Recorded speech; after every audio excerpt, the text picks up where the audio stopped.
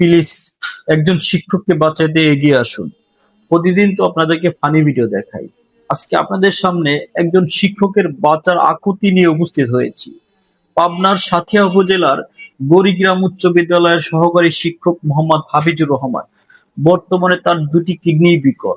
ডাক্তারের পরামর্শ অনুযায়ী খুব দ্রুত তার কিডনি প্রতিস্থাপন করতে হবে। এই চিকিৎসার ব্যয়ভার তার পরিবারের পক্ষে বহন করা কোনোভাবেই সম্ভব নয়। আমি মোহাম্মদ হাফিজুর রহমান, সহকারী শিক্ষক, কৃষি, বড়িগ্রাম উচ্চ বিদ্যালয়। আমি দীর্ঘদিন যাবৎ কিডনি রোগে আক্রান্ত। আমার চিকিৎসার জন্য আর্থিক সহযোগিতা কামনা করছি। আপনাদের সহযোগিতা পেলে একজন শিক্ষক আল্লাহ চাইলে বেঁচে যেতে পারে।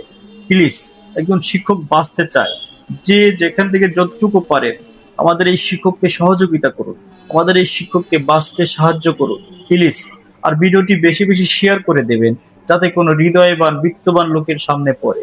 আর হ্যাঁ, আল্লাহর কসম করে বলছি, এই ভিডিওটা ফেক বা প্রতারণা নয়।